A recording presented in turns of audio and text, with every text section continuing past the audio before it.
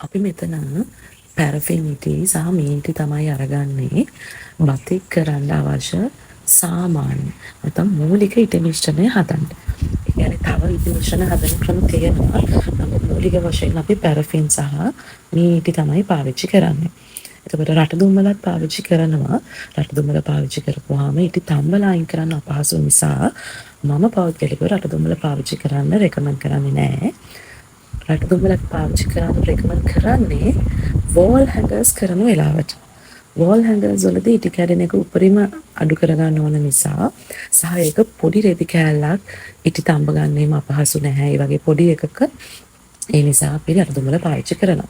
මෙතනදී අපි පැරෆින් ගන්න ප්‍රමාණයෙන් භාගයක් තමයි හැම වෙලේම මීටි ගන්න. ඒතර පැරෆින් කිලෝ එකක් නම් මීටි 500ක් ගන්නවා. මෙතන අපි පැරෆින් අරන් තිනවා almost 660ක් ග්‍රෑම්. එතකොට තව 330ක් ගන්නවා අපි මීටි. ඊට පස්සේ අපි මේක කිරාගෙන ලිපේ තියලා කෙලින්ම ලිපේ තියලා ඩබල් බොයිල් නෙමෙයි කෙලින්ම ලිපේ තියලා ඉටි එක හොඳට දිය කරගන්නවා. ඩබල් බොයිල් කියන එක අපි කරන්නේ ඉටි වල උෂ්ණත්වය පාලනය කරගන්න පුළුවන් වෙනකන් විතරයි. වෙනි වතාවට අපි ඩිරෙක්ට් බොයිල් කරලා ඉටි එක උණු කරගත්තට පස්සේ අපිට ඕනනම් වතුර එකක් උඩ තියලා ඩබල් බොයිල් කරගෙන යන්නත් පුළුවන්. එහෙම නැත්නම් ලිපේ ගින්දර අඩු කරලා එහෙම නැත්නම් ඕෆ් කරලා ගෑස් කුකර් එක නම් ඕෆ් කරන එක තමයි ලේසි. මොමිට ලිපක නම් අඩු වැඩි කරගන්න එක තමයි ලේසි. ඉටි ටිකක් අරගෙන රෙද්දට බිඳුවක් දානවා. මේ බිඳුව දානකොට රෙද්ද උඩ ඉටි ටික වටේට බොඳ වෙනවා කියන්නේ ඉටි ටික රත් වෙලා වැඩි. ඉටි ටික බුබුලු දානවා කියන්නේ ඒත් රත් වෙලා වැඩි. ඒතර අපි ගින්දර නිමලා අපි ඔහොම බුබුලු දාන්නෙත් නැති වටේට බොඳ වෙන්නෙත් නැති උෂ්ණත්වය දක්වා ඉටි එක නිමා ගන්න ඕනේ. හොඳම ක්‍රමය තමයි අපි දැන් ඕකෙන් ඉටි ටික අරගන්නවා ඇලුමිනියම් කප් එකකට. ඇලුමිනියම් මග් එකකට අරගෙන ඒතර ඒකේ ඉටි ටික අපි චුට්ටක් නෙමෙන්න දීලා අපි ඉටි කරගන්න. සාමාන්‍යයෙන් සෙල්සියස් අංශක 95ත් 80ත් අතර තමයි නියම උෂ්ණත්වය.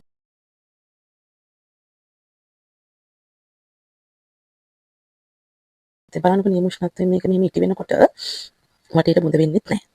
බුබුලු දාන්නෙත් නැහැ. ඉටි ටික දාන තැනම රෙද්දට ඇබ්සෝබ් වෙනවා. රෙද්දට උරා ගන්නවා.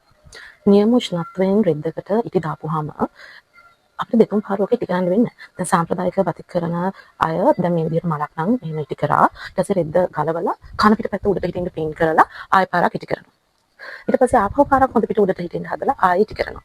එහෙම කරන්න වෙන්නේ අධික උෂ්ණත්වයෙන් ඉටි කරපුවාම රෙද්ද ගෑවෙන්නේ බොහොම තුනී ඉටි තට්ටුවක්.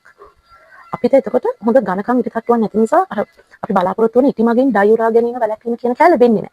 ඒකගේ දෙතුන් පාරක් ඉටි ගන්න හැබැයි උෂ්ණත්වයෙන් ඉටි දාපුවාම one shot තමයි දේ තමයි අර විදිහට ඇලුමිනියම් කෝප් එකට ඉටි ටික අරගෙන අපි සෙල්සියස් අංශක 95ත් 80ත් අතර මේ ඉටි කිරීම කරගෙන යන්න පුළුවන්. 80ට වඩා අඩු වෙනකොට අපිට තේරෙනවා ඉටි එක රෙද්දට උරා ගන්නේ නැහැ. රෙද්ද මත කැටි ගහනවා කියලා. එහෙම රෙද්ද උඩ ඉටි කැටි ගහනවා කියන්නේ රෙද්දේ උඩ ඉඳලා ඉටි ටික පල්ලෙහාට යන්නේ නැහැ කියන එක. එතකොට අපි කරන්නේ අර ඇලුමිනියම් භාජනයට ගත්ත ඉටි ටික අරගෙන ගිහිල්ලා අහපව හලනවා අපි අර රත් වෙවි තියෙන ඉටියකට. එහෙම නැත්නම් අපි භාගයක් විතර හලලා රත් වෙවි තියෙන ඉටියකින් තව ඉටි ටිකක් අරගන්නවා. අය අරගෙන එක චුට්ටක් කලත්තලා ආයෙ චුට්ට රෙදි කැලකට දාලා බලනකොට ලිපෙන් ගත්ත ගොඩාක් රස් ඉටි එකයි අපේ ඇලුමිනියම් කෝප්පේ තිබ්බ නිමිච් ඉටි එකයි ගාන්ට මික්ස්ලා අහපව හොඳ උෂ්ණත්වයකට අවිල්ලා තියෙනවා. අපිට පුළුවන් එකට ආයෙ පාරක් ගිහලා රෙද්ද ඉටි කරන්න.